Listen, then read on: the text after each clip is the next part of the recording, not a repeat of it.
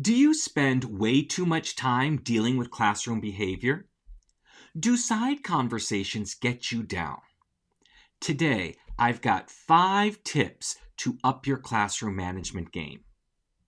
Stick around until the end where I give you my bonus tip on how to quiet a noisy class every time. My name is Scott, and you're watching Immediate Immersion, where we're all about comprehension-based instruction in the modern language classroom. We'll be right back.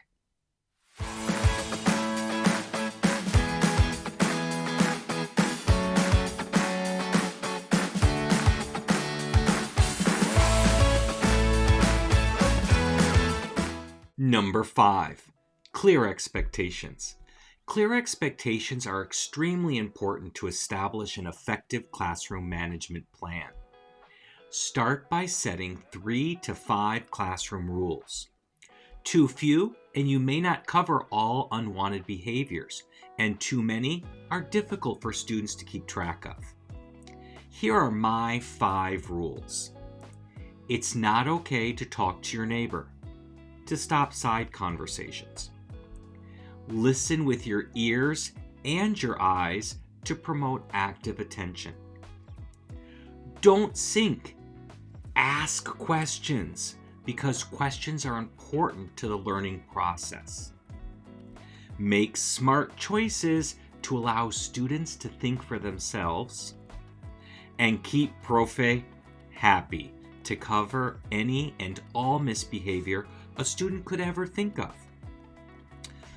But just having rules are not enough. You must enforce them consistently and fairly. Number 4, classroom procedures. It wasn't until many years into my teaching career that I realized how important classroom procedures really are. I would assume that high school students knew how to do school, that they knew how to behave, and that they knew how to get started when they entered the classroom, and they knew how to turn in papers, etc. Boy, was I wrong. Each of those things not only need to be taught, but they also need to be practiced, just like a fire drill. These procedures need to be second nature so that your class runs smoothly each and every day. So think of all the things a student has to do in your classroom on a regular basis and come up with a simple, concrete procedure to complete those tasks. Teach them as they come up and practice them often and watch how seamless your class runs. Number 3, positive reinforcement.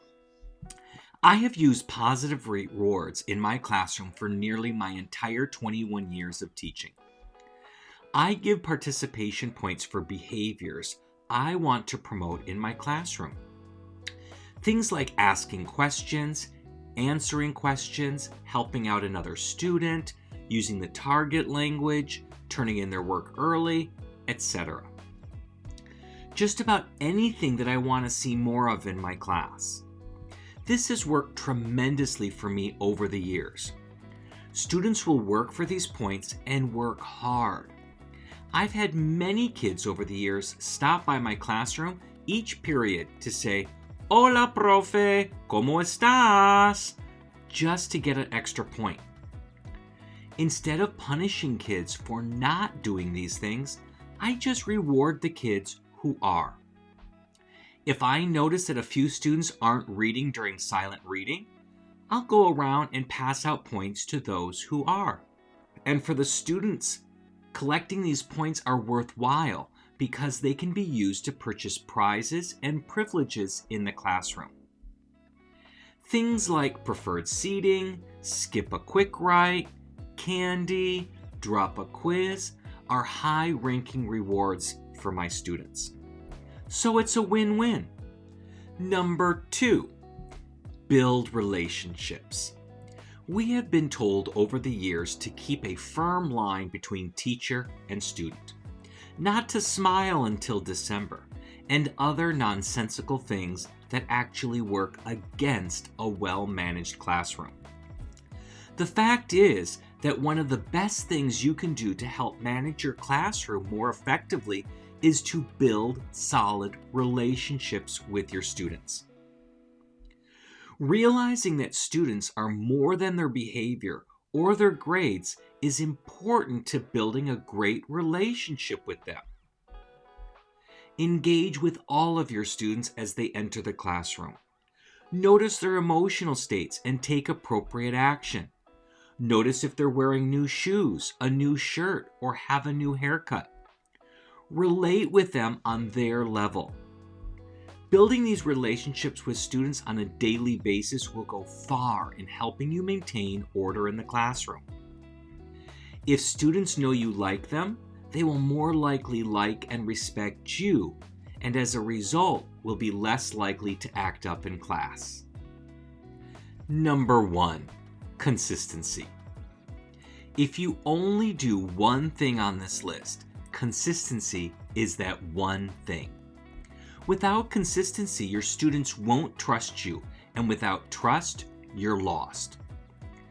We are less likely to be consistent when we are tired, sick, frustrated, or it's the end of a long day.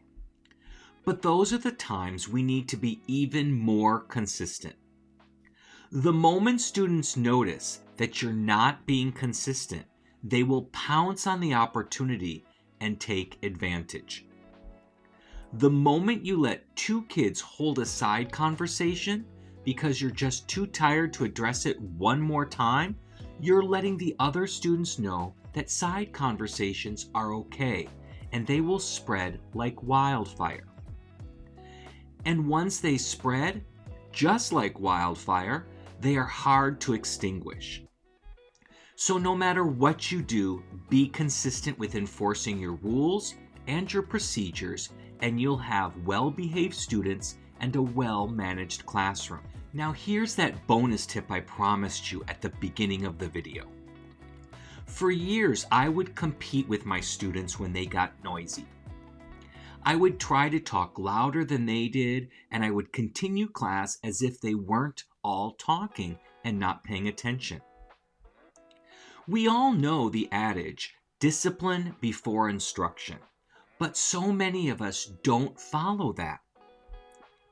It wasn't until a few years ago I learned a technique so simple and so effective to quiet a loud classroom.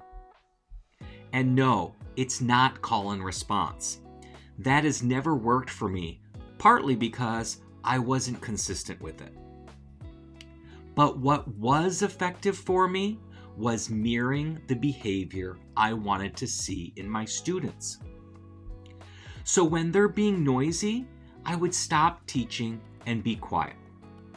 I might even put my finger to my lips, but I never said quiet or be quiet. I just waited. I wasn't angry, I wasn't frustrated, I wasn't impatient. I just waited without affect. At first, it would take a long time for them to quiet down. But as I practiced this regularly, it took less and less time, and they quieted down quicker and quicker. The trick with this technique is not to give in, not ever. If you give in even once, they've won, and the trick will no longer work. You must outweight them, no matter what. Even if it takes most of the class period, you must wait. You mustn't start talking again until the room is quiet, and not 1 second before. When the students do quiet down, start again as if nothing happened.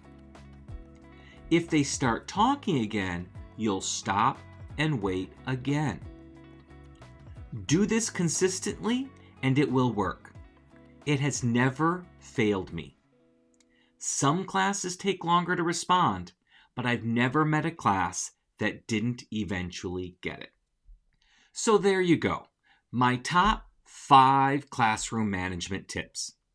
If you found value in today's video, I would greatly appreciate you hitting the like button and consider subscribing if you want more videos on the modern language classroom.